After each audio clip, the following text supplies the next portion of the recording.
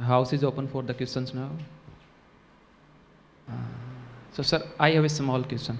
I would like you to comment on Incentivespirometry techniques in post-ECMO situation, or rather, there's a difference. We should follow different strategy for the ARDS lung of post-COVID.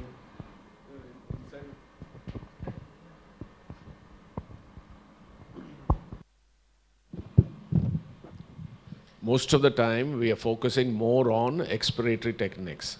Expiratory techniques, the best one we have is the pursed lip breathing technique and the coughing technique.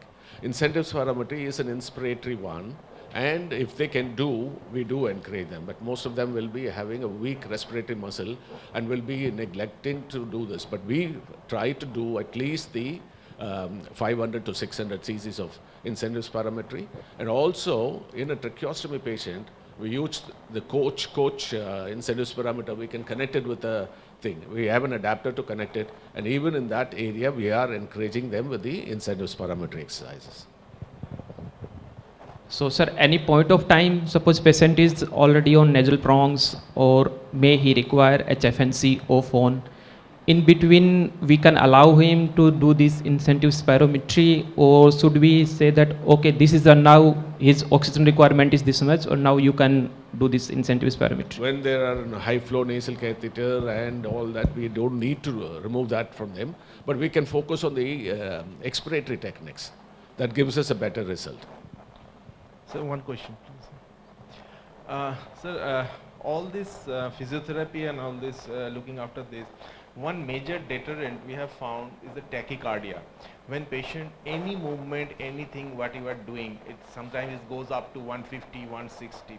So are you accepting that and doing this thing, or giving some anti-tachycardia measures, let it come down and then go for this? Excellent. I was showing you the consensus agreement, which was done by taking 27 experts all over the country from USA, and they were all into great care, and they said anything around 120 is okay for exercises, or anything above that we need to have some relaxation techniques. Particularly we find this binaural tone, wherein you receive a tone in here.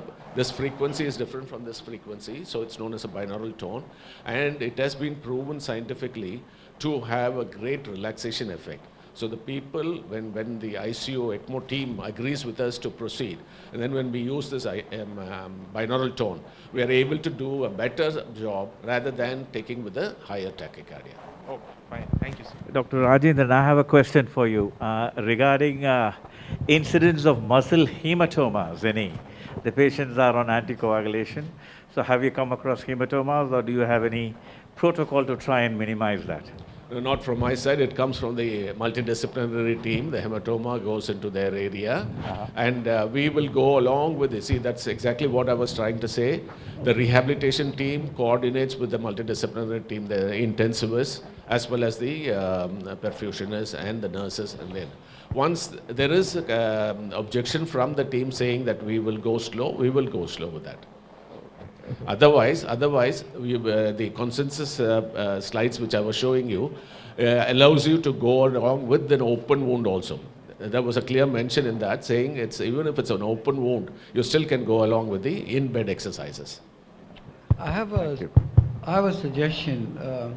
One of the big problems with these patients on ECMO or even otherwise who have a prolonged hospital course is depression and demotivation.